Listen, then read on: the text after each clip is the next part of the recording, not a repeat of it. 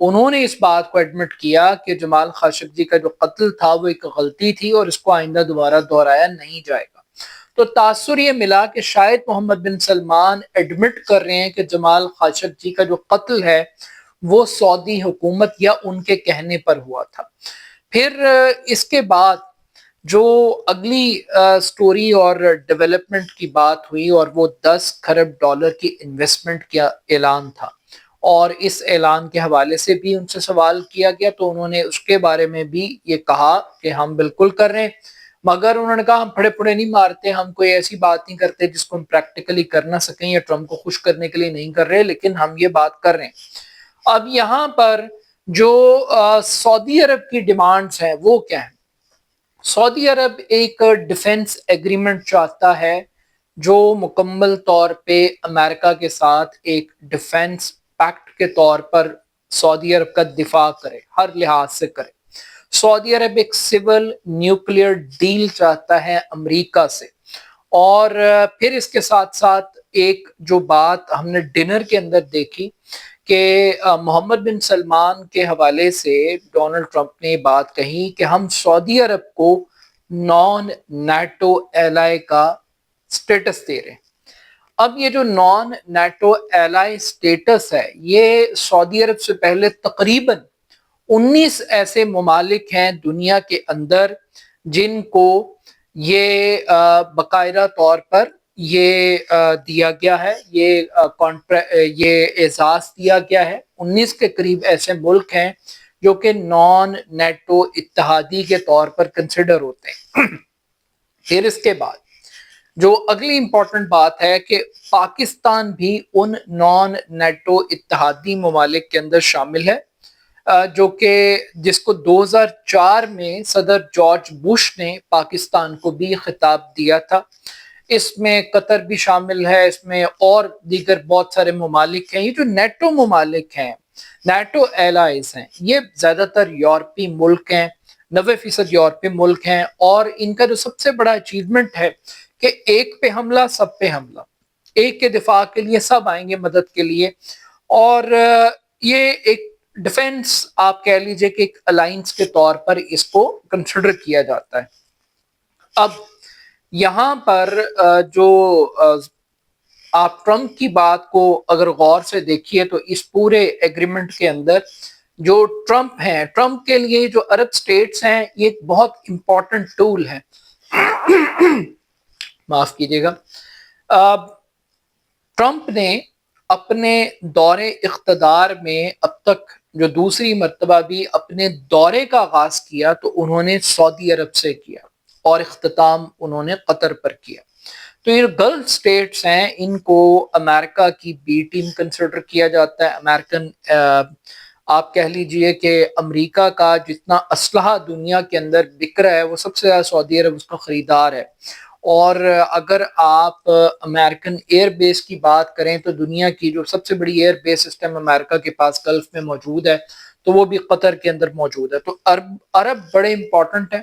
اور عربوں کی دولت کے اوپر ٹرمپ کا بڑا انحصار ہے۔ مگر ٹرمپ کی جو سب سے بڑی خواہش ہے جس کا وہ بار بار اعلان کرتے ہیں کہ سعودی عرب ان قریب ابراہیم اکارڈ کا حصہ بن جائے گا۔ اب یہ جو ابراہیم اکارڈ کا حصہ بننے کی خواہش ہے، یہ خواہش ایک بہت بڑا ایک برڈن ہے سعودی عرب کے پاس، ایک ایسا کارڈ ہے کہ جس کو سعودی عرب میکسیمم یوٹیلائز کرنے کے لیے، کیش کرنے کے لیے استعمال کر رہا ہے۔ کچھ لوگوں کا خیال یہ ہے کہ اسرائیل کو تسلیم سعودی عرب شاید آج سے 2 سال پہلے کر لیتا، مگر یہ جو حماس نے کاروائی کی اور اس کاروائی کے بعد اسرائیل نے جو رسپانس اور ریاکشن شو کیا، اس نے تمام عرب ریاستوں کو بیک فٹ پر کھڑا کر دیا، انکلوڈنگ سعودی عرب۔ اور سعودی عرب کے اندر ایک خوف ہے کہ اگر ہم نے عوامی خواہشات کے برعکس ہم نے اسرائیل کو تسلیم کر لیا تو شاید محمد بن سلمان زندہ نہ رہے۔ اور یہ بات پچھلے سال ایک امریکی میگزین کو انٹرویو میں محمد بن سلمان کے حوالے سے پبلش کی گئی، اور یہ کہا گیا کہ اگر وہ اسرائیل کو تسلیم کریں گے تو شاید ہو سکتا ہے کہ ان کو قتل کر دیا جائے۔ تو انہوں نے اپنے قتل کی پریڈکشن بھی کی تھی صرف اس ایک بات کے اوپر۔ اب یہ واحد کارڈ سعودی عرب کے پاس ایسا ہے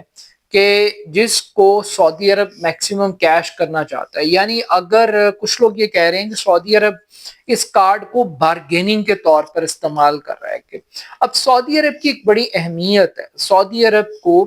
57 عرب ممالک کے اندر لیڈر کے طور پر دیکھا جاتا ہے۔ جس طرف سعودی عرب دیکھتا ہے، سوائے ایران کے یا چند اور ایسے ممالک ہیں، 99% جو مسلم کنٹریز ہیں وہ سعودی عرب سے ڈائریکشن لیتی ہیں۔ جس طرف وہ کہتے ہیں ہاتھی کا پاؤں، اس میں سب کا پاؤں شامل ہے۔ اور اگر سعودی عرب اسرائیل کے ساتھ سفارتی تعلقات کو قائم کر لیتا ہے تو پاکستان جیسے ملک بھی باؤنڈ ہوں گے، ان پہ پریشر کریٹ ہوگا کہ وہ بھی اسرائیل کے ساتھ اپنے سفارتی تعلقات کو قائم کریں۔ مگر سفارتی تعلقات کو قائم کرنے کی اسپرٹ کیا ہوگی، کیا ہونی چاہیے، کس ٹرمز اینڈ کنڈیشنز پر ہو سکتا ہے یہ کام، یہ ایک بہت بڑا کوسچن مارک ہے۔ پھر اس کے بعد گفتگو کے دوران ایک کریڈٹ ٹرمپ نے دیا محمد بن سلمان کو، اور وہ یہ تھا کہ وہ سعودی عرب کو اس چیز کا کریڈٹ دیتے ہیں کہ سعودی عرب نے باقاعدہ طور پر ایران پر حملے کی اجازت دی تھی، جس پر انہوں نے سعودی عرب کا شکریہ ادا کیا۔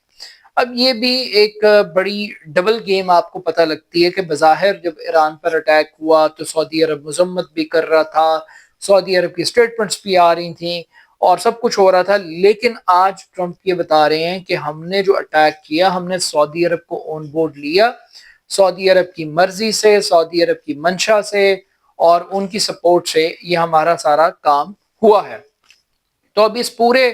سینیریو میں یہ دورہ، ہاں ایک چیز اور تھی، جو آپٹکس تھی وہ بھی بڑے انٹرسٹنگ تھے، اور آپٹکس کے حوالے سے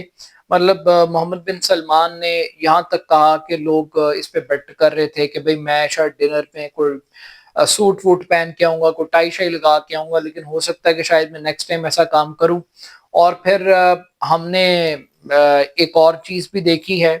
کہ سعودی عرب کے اندر بہت زیادہ لبرلائزیشن کا ایک ایلیمنٹ پیدا ہوا ہے ریفارم کے نام پہ، ویژن 2030 کے نام پر، اور ہم یہ دیکھ رہے ہیں کہ اس وقت امریکہ میں سعودی عرب کی سفیر ایک خاتون ہے، ایک شہزادی کو سفیر کے طور پر تعینات کیا گیا۔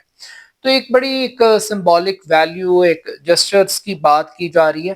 مگر زیادہ اہم بات یہ بھی ہے کہ سعودی عرب اپنے دفاع کے لیے امریکہ کی طرف دیکھ رہا ہے، اور دوسری طرف سعودی عرب نے ایک ڈیفنس پیکٹ پاکستان کے ساتھ بھی کیا ہے، اور اس ڈیفنس پیکٹ کے اندر یہ واضح طور پر لکھ دیا گیا ہے کہ سعودی عرب پر حملہ پاکستان پر حملہ تصور ہوگا، اور اسی طریقے سے اگر پاکستان کے اوپر کوئی حملہ کرتا ہے تو یہ سعودی عرب کے اوپر حملہ کنسیڈر ہوگا۔ تو یہ جو ایکٹ تھا یہ بنیادی طور پر اسرائیل کو ایک میسج دینے کی کوشش کی گئی تھی کہ بھئی آپ کسی غلط فہمی میں نہ رہیے گا کہ ہم امریکہ پہ صرف ڈیپینڈ کر رہے ہیں اپنے ڈیفنس کے لیے، ہمارے پاس ایسی آلٹرنیٹیو آپشنز موجود ہیں جو جواب دے سکتی ہیں، جو سعودی عرب کا دفاع کا کام کر سکتی ہیں۔ اب بظاہر سعودی عرب کو اسلحہ بھی مل رہا ہے، ہتھیارے بھی مل رہے ہیں، سب کچھ مل رہا ہے، مگر ایک عام سوال یہ ہے کہ کل کو اگر اسرائیل سعودی عرب کے اوپر حملہ کرتا ہے تو کیا امریکہ اسرائیل کا دفاع کرے گا یا وہ سعودی عرب کا ڈیفنس کرے گا؟ کیونکہ ہم نے قطر کے کیس میں دیکھا ہے کہ امریکہ نے منہ پہ انگلی رکھی ہوئی تھی، امریکہ نے کچھ بھی نہیں کیا، معافی تلافی بعد میں ہو گئی، معذرت ہو گئی، لیکن حملہ تو ہو گیا، اور کوئی مزاحمت، کوئی ریزسٹنس ہمیں دکھائی نہیں دی۔ لیکن تو اگر کل کو سعودی عرب اور اسرائیل آمنے سامنے ہوں گے تو امریکہ کس کے ساتھ کھڑا ہوگا؟ یہ ایک بڑا سوال ہے۔ لیکن still at the end of the day عربوں کو امریکہ کی آشدوار کی ضرورت ہے، اور امریکہ کو اسرائیل کے تحفظ کے لیے، اسرائیل کے دفاع کے لیے انہیں سعودی عرب کا ساتھ بڑا ضروری ہے، اور ابراہیم اکارڈ کی سب سے بڑی کامیابی کی اینٹ سعودی عرب کے ہاتھ میں ہے۔ جس دن سعودی عرب نے ابراہیم اکارڈ میں شمولیت اختیار کر لی، اس دن سمجھے گا کہ 57 ممالک بھی سعودی عرب کے پیچھے بیعت کر کے اسرائیل کے ساتھ اپنے سفارتی تعلقات کو استوار کر لیں گے۔ بٹ سٹل کیا یہ سب کچھ ممکن ہوگا؟ یہ تو آنے والا وقت ہی بتائے گا۔ اپنا فیڈ بیک مجھے ضرور دیجیے گا. میرے YouTube channel A R Khan official کو ضرور سبسکرائب کیجیے گا. بہت شکریہ. اللہ حافظ.